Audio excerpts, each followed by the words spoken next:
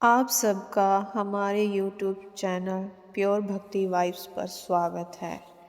आज हम आपके लिए लाए हैं महात्मा बुद्ध की प्रेरणादायक कहानी शांति की शक्ति। चलिए श्रवण करते हैं। एक समय की बात है, भगवान बुद्ध अपने शिष्यों के साथ एक गांव में पहुँचे। वहाँ का एक व्यक्ति जिसका नाम कौशल था, महात्मा बुद्ध से घृणा करता था और उनके प्रति द्वेष रखता था। जब उसने सुना कि महात्मा बुद्ध उसके गांव में आए हैं तो वह अत्यधिक क्रोधित होकर उनके सामने आ गया। उसने महात्मा बुद्ध को अपशब्द कहे और उनका अपमान करने की पूरी कोशिश की, लेकिन महात्मा बुद्ध शांतचित्त खड़े रहे। उनके चेहरे पर वही स्नेह और करुणा की मुस्कान बनी रही। यह देखकर कौशल को अत्यधिक क्रोधित हो गया और उसने और अधिक कठोर शब्द कहे, लेकिन महात्मा बुद्ध ने उसे एक शब्द भी नहीं कहा। वे बस शांत भाव से उसे देखते रहे।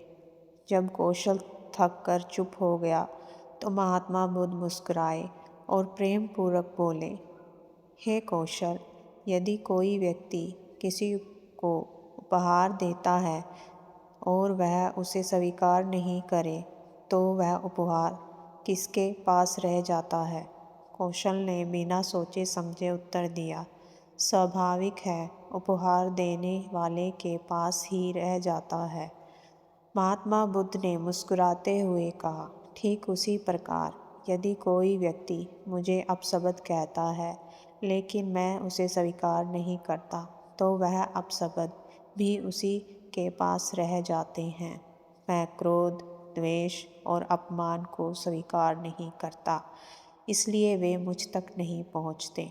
यह सुनकर कौशल स्तब्ध रह गया। उसे अपनी गलती का एहसास हुआ। उसने महसूस किया कि उसका क्रोध और अपमान उसके भीतर उसे ही जला रहा है, जबकि महात्मा बुद्ध तो पहले जैसे शांत और प्रसन्न बने हुए हैं।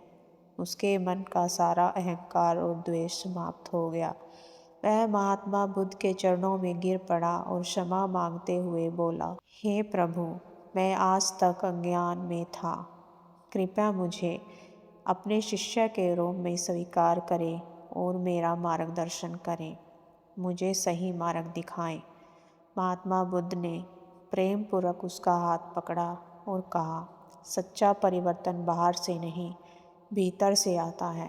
अपने हृदय को शुद्ध करो और प्रेम और करुणा, शांति के मार्ग पर चलो। उसी दिन से कौशल पूरी तरह बदल गया और भगवान बुद्ध का शिष्य बनकर प्रेम और धैर्य का संदेश फैलाने लगा।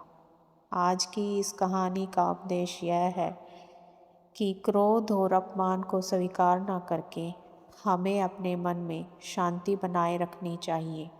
जिस प्रकार बिना अपनाया गया उपहार लौट जाता है, वैसे ही अस्वीकार किया गया क्रोध भी लौट जाता है।